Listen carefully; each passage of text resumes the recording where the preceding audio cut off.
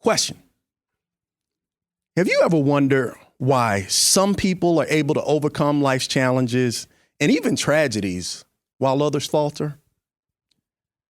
Through her own journey overcoming tragedy, Michelle Cleveland has learned a lot about resiliency. In fact, the secret to resiliency. Here to share with you what she's learned and why she asserts that resiliency is not a noun, it's a way of life. The resilient, the ebullient, Michelle Cleveland.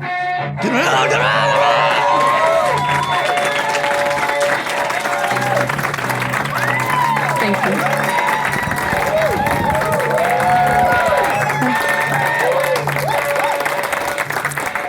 Thank you. How's everybody doing today? Yeah? Glad to hear it. So, since 2018, I've made it my mission to share what I learned about resiliency. And like Richard said, why do some people seem to thrive? And other people, that mom, they go to bed and they pull sheets over their head and you never see them again. So I really dug in and I studied. But my journey started in 2016. So these are the kids. On the 6th of March, 2016, they called it the totem pole. But the next day, on March the 7th, my youngest son, Thomas, chose to end his life. He was 18. Less than a month later, on the 1st of April, my oldest son, Nicholas, also killed himself.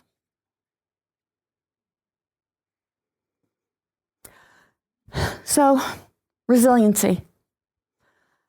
So many people, when I went back to work, would look at me and say, "Oh, you're so strong. You're such an inspiration."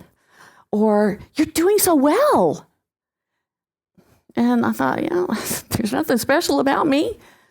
And that curiosity led me to study, dig in, introspection, interviews, reading. And I found that there were 3 common elements that made up a formula for resiliency and living a resilient life. What are these magical elements? They're not magic. They're just a way of living. So we start with your people. Who are your people that you can bare your soul to? People you can count on that will be there when you need them. Who are they? Who are your people? Let me give you an example from my experience. Not long after the boys were gone, I went back to work. And I drove home and got to the driveway and I started to get out of the car. And I got one foot out and I just could not move.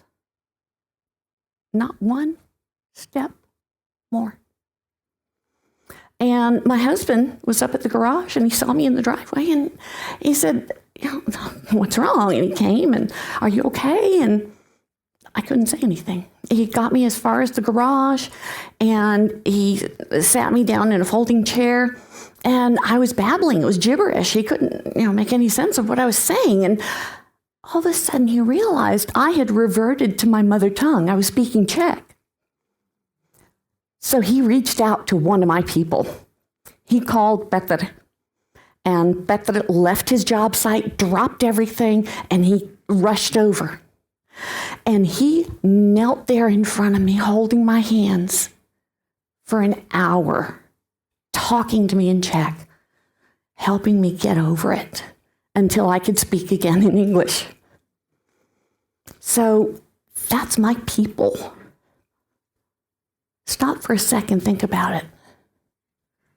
Who are your people? Who can you count on? But more importantly, who are you the people for? Who are those people that can count on you? That's one. Next, peace. How do you find peace? Examples are prayer or yoga, meditation. For me, I get on one of my motorcycles because it takes total focus, kind of like meditation, right? You have to be totally focused on that activity. But more than that, sometimes I would ride out in the countryside, and that way I could just cry and scream in my helmet because the neighbors won't call the police if you do that. So, how do you find peace? What brings you peace? You've got to know how to take a respite from that stress. And then the third one is purpose. Think about it. Back in the day, guys would have these long careers and then they'd retire, and 1-2 years down the road, they died, right? So what happened? People nowadays are living on and on and on because they have a purpose.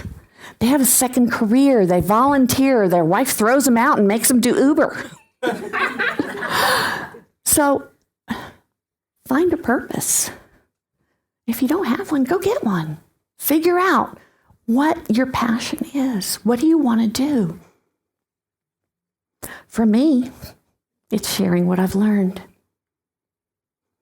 Sharing it so that other people can live resiliently. It's not a noun like they define it in the dictionary, right? It's a way of living. So think about it. Who are your people? And where do you find peace? How do you find peace? And finally, if you don't have a purpose, find your purpose. Now, what makes me so confident about all this? I'm standing right here in front of you. It's my mission to help others. And I don't know about y'all. I challenge y'all. If you're not living a resilient life right now, what are your next steps? What are you going to do, fix, change to live resiliently? I don't know about you, but I've got my people, and I'm people for them. I know how to have peace. I get on a motorcycle,